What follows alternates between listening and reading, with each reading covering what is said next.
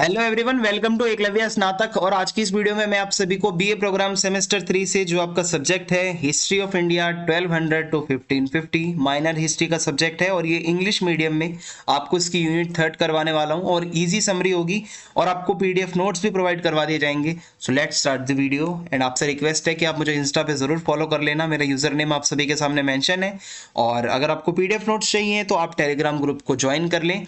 एकलव्य स्नातक 1 सर्च मारना है आपको, वहां पे आपको पीडीएफ नोट्स प्रोवाइड करवा दिए जाते हैं। So let's start our topic. So सबसे पहले विजयनगर एम्पायर के बारे में मैं आपको थोड़ा इंट्रो दे देता हूं कि ये 1336 में स्टैब्लिश्ड एक बहुत ही पावरफुल किंगडम था। एक इंडियन किंगडम था और एक हिंदू किंगडम था जो कि स्टैब्लिशमेंट इसकी करी थी दो भाइयों ने मिलकर, जिसका नाम था हरियर one and Bukka one. Means हरियर एंड बुक्का दो भाई थे जिन्होंने मिलकर विजयनगर एम्पायर को स्टैब्लिश किया था। देन मैं आपको अगर बताऊं, इसकी जो कैपिटल थी वो हम्पी थी, जो कि तुंगभद्रा रिवर के बिल्कुल पास में एक शहर था। और ये बहुत ही ज़्यादा आप कह सकते हो आर्ट, ट्रेड, आर्किटेक्चर का सेंटर था। बहुत ही प्यारा, बहुत ही सुंदर शहर था। और इस एम्पायर के सबसे जो जाने माने, जो ताकतवर और जो फेमस रूलर हैं वो थे कृष्ण देव राय।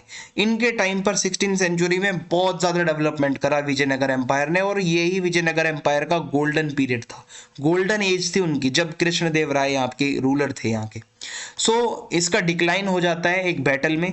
टालीकोटा का एक बैटल होता है 1565 में और विजयनगर एम्पायर खत्म हो जाता है उसके बाद। बट उसका जो कल्चरल हिस्टोरिकल हेरिटेज है साउथ इंडिया का, मतलब जो एक इम्पैक्ट है वो आज भी देखने को मिलता है। आप उसकी लेगेसी देखोगे तो आपको बहुत सारे वहाँ पे टेम्पल्स देखने को मिलते हैं, बहुत सारी मूर्तियाँ, स्कल्पचर्स, बहुत सारी ट्रेडिशनल चीज़ें आज भी आप वहाँ पे जाओगे। वहाँ पे आपको पता चलेगा कि कितना ज़्यादा रिच उसकी एक हिस्ट्री है। यहाँ पे एक नयनकारा सिस्टम होता था इनके एडमिनिस्ट्रेशन में, वो आपको बेसिकली पेपर में पूछा जाता है। नयनकारा सिस्टम जो है वो एडमिनिस्ट्रेशन में बहुत इंपॉर्टेंट था, क्योंकि ये मिलिट्री पर्सपेक्टिव से भी इंपॉर्टेंट था और एडमिनिस्ट्रेटिव फंक्शंस के लिए भी इंपॉर्टेंट था। होता क्या था कि दिल्ली सल्तनत के अंदर एक इक्ता सिस्टम चलता था, अगर आपको याद हो। उसमें क्या होता था कि जो सुल्तान होता था वो अपने जो नोबल्स को कैश सैलरी देने की बजाय उनकी मिलिट्री सर्विसेज के बदले उनको एक लैंड ग्रांट दे देता था और उसको इक्ता कहा जाता था। और फिर उस लैंड से क्या करते थे, वो नोबल्स टैक्स लेते थे।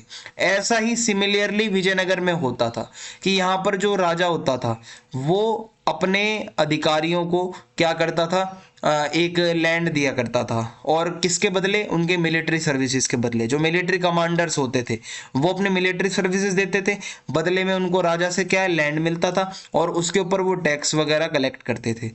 ऐसा ही सिस्टम था। मिलिट्री लीडरशिप, नयनकार्स कौन थे? मिलिट्री कमांडर होते थे या मिलिट्री चीफ होते थे, जिनकी मेनली रिस्पॉन्सिबिलिटी यही होती थी एक स्ट्रॉन्ग मिलिट्री प्रोवाइड करना राजा को जब भी एक्सटर्नल थ्रेट्स होते हैं। नयनकार्स जो है वो काफी इंपॉर्टेंट रोल प्ले करते हैं एम्पायर को एक्सपेंड करने में, क्योंकि मिलिट्री कैंपेन्स में इनकी जरूरत पड़ती थी, नई टेरिटरीज को कैप्चर करने में इनकी जरूरत पड़ती थी। जब मिलिट्री सक्सेस मिलती थी तो इनको रिवॉर्ड के रूप में लैंड ग्रांट्स दिए जाते थे, यही आपको याद रखना है। और एडमिनिस्ट्रेशन के लिए इनको कुछ प्रोविंसेस भी दिए जाते थे। जो नयनकार लोग होते थे इनको कुछ टेरिटरीज दे दी जाती थी, जो वो लैंड मिलता था इनको, जहां पे ये लोग रूल कर सकते थे, एक लोकल एडमिनिस्ट्रेटर की तरह काम कर सकते थे, रेवेन्यू कलेक्शन कर सकते थे, लॉ एंड ऑर्डर मेंटेन कर सकते थे उस एरिया में। एक तरीके से ये डिसेंट्रलाइजेशन के फीचर्स भी आपको देखने को मिलेंगे यहाँ पे। फिर रेवेन्यू कलेक्शन के लिए भी इन्हीं को भेजा जाता था।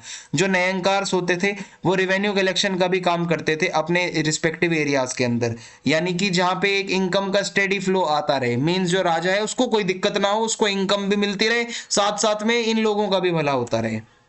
फिर उसके बाद आता है मेंटेनिंग लोकल स्टेबिलिटी। मींस ये जो नयनकार लोग होते थे इनको एक राइट और दिया गया था कि जो आपको लैंड दिया गया है, जो आपका एरिया है, वहां पर आप लोकल जो स्टेबिलिटी है वो बनाए रखो। मींस जो जितने लीगल मैटर होते हैं, एडमिनिस्ट्रेटिव जो भी चीजें होती हैं या जस्टिस से रिलेटेड, लॉ एंड ऑर्डर से रिलेटेड, वो आप संभालोगे, ये भी एक राइट दिया गया था। फिर उसके बाद आता है नयनकार सिस्टम, जो वो काफी इंपॉर्टेंट रोल प्ले करता था विजयनगर के एडमिनिस्ट्रेशन में, खासकर कृष्ण देव राय के टाइम पीरियड के अंदर, क्योंकि उस टाइम पे विजयनगर का बहुत ज्यादा एक्सपेंशन चल रहा था। और नयनकार जो होते थे वो प्राइमरली मिलिट्री चीफ या मिलिट्री कमांडर्स ही होते थे, जिनको बड़ी बड़ी प्रोमिनेंट पोजीशंस दी जाती थी एम्पायर के अंदर। और मेनली उनका काम मैंने आपको बता ही दिया है, maintaining law and order, collect and revenue, and जो सिक्योरिटी होती है वो प्रोवाइड करना। सो ये 2-3 चीजें उनको करनी पड़ती थी। अब यहाँ पे आर्किटेक्चरल फीचर्स पूछ सकते हैं आपसे विजयनगर के या हम्पी के। सो आपको बताना है हम्पी एक बहुत ही अच्छी सुंदर यूनेस्को वर्ल्ड हेरिटेज साइट है, कर्नाटका के अंदर है। और एक तो यहाँ पे विट्ठल टेम्पल कॉम्प्लेक्स है, जो कि फोटो में आपको दिखा देता हूँ मैं। विट्ठल मंदिर परिसर बहुत सुंदर बना हुआ है, बहुत ही अच्छा यहाँ का आर्किटेक्चर है। और फिर आता है विरूपाक्ष टेम्पल। विरूपाक्ष टेम्पल के अंदर एक बहुत ही अच्छा गेटवे भी बना हुआ है अंदर आने के लिए, जिसको गोपुरम कहा जाता है। सो ये भी एक बहुत ही सुंदर मंदिर है इस कॉम्प्लेक्स के अंदर। थर्ड आता है हजार राम टेम्पल। इसके ऊपर क्या है, दीवारों के ऊपर रामायण से रिलेटेड बहुत सारी पिक्चर्स को डिपिक्ट किया गया है, जो कि आप देखोगे तो आपको बहुत सुंदर लगेगी, इसलिए इसका नाम भी हजार राम मंदिर रखा गया है। देन उसके बाद आता है अक्षुतराय जो टेम्पल, और ये टेम्पल जो है जाना जाता है अपने बहुत बड़े स्ट्रक्चर के लिए, और बहुत ही ज्यादा सुंदर है, और बहुत सारे पिलर्स बने हुए हैं इस मंदिर के अंदर। देन हमें देखने को मिलता है लोटस पैलेस। लोटस पैलेस को अगर आप यहाँ पर देखोगे सो ये कुछ ऐसा दिखता है जैसे लोटस होता है ना, उसकी जो पंखुड़ियां होती हैं उसकी शेप का ये है।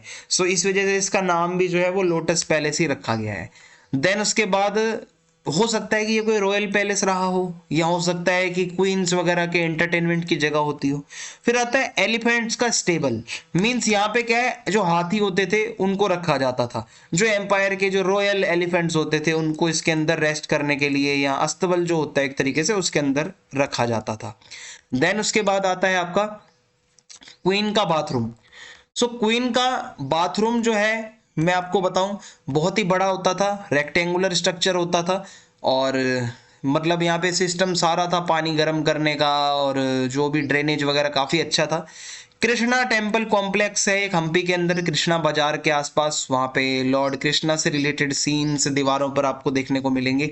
हम्पी बाजार है एक बहुत ही फेमस, जो कि वहाँ पे लोकल लोग जाते थे खरीदने बेचने सामान को। अब इसकी एडमिनिस्ट्रेटिव फीचर्स अगर आपसे पूछता है विजयनगर के, सो आप बता सकते हो मोनार्की थी। मींस राजा के पास सारी एब्सोल्यूट पावर होती थी, जो महाराजा होते थे जिनको राय भी कहा जाता था। देन मैं आपको बताऊं इनका एडमिनिस्ट्रेशन काफी सेंट्रलाइज था। जो किंग होता था वो टॉप पर होता था, उसी के पास सारी पावर होती थी, लेकिन उसके साथ साथ मिनिस्टर्स की काउंसिल भी रहती थी, और कुछ ऑफिशियल्स भी होते थे।